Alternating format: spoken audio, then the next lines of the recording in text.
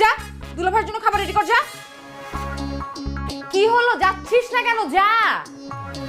হ্যাঁ দুলাভাই, আপনার জন্য আমি মজাদার খাবার রেডি করতেছি, বিষ মেশা তোর আজকে মাখতেছি আমি। না আমি খাবো না আজকে।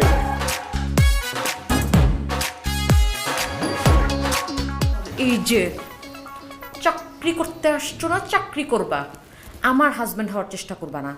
আর যদি দেখছি আমার বোনের সাথে এই ধরনের ফাইজলামি করতে, সাথে সাথে চাকরি নট, বুঝছো? ঠিক আছে।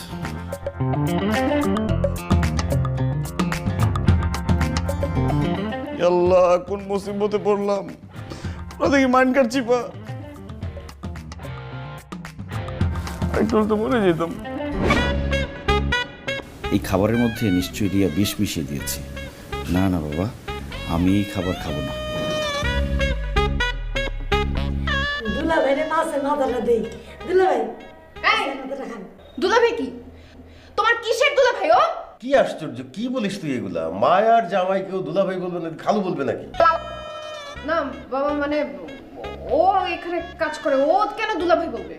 দুলাভাই আমি বলবো, ও ভাইয়া বা স্যার বলবে। বাদ দে তো সব কথা এখন। জামাই বাবাজি তাড়াতাড়ি খাওয়া শুরু করো। ইয়ে মানে আঙ্কেল, মানে আব্বা, আপনি মুরব্বী মানুষ তো, আপনি আগে খান, আমি আগে খেলে বিয়াদবি হয়ে যায় না? না না না না না, এইভাবে তো শুরু করতে পারবো না আমি। আমাকে তো টস করতে হবে, দেখতে হবে যে আমি আগে খাবো কি না। আমারই আগে শুরু করতে হবে। চলো চলো শুরু করো। এই যে আমি খাচ্ছি, দেখো। দুলাভাই এখন খান, লজ্জা পাবেন না, খান। সুচিতা, খাওয়ার পরে মায়ের ঘরটা পরিষ্কার করে দিস। আজকে জামাই আর মায়ের ওই ঘরে থাকবে। বাবা তুমি এসব কি বলতেছো? এক রুমে থাকবে মানে?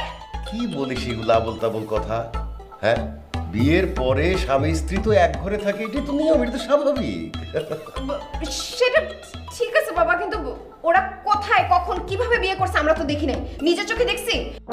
সো আমাদের চোখের সামনে বিয়ে না হওয়া পর্যন্ত ওরা সেপারেট রুমে থাকবে। এটা অবশ্য ঠিক বলেছিস। তো জামাই বাবাজি তুমি কি বলো, তোমরা কি আলাদা থাকবে না একসাথে থাকবে?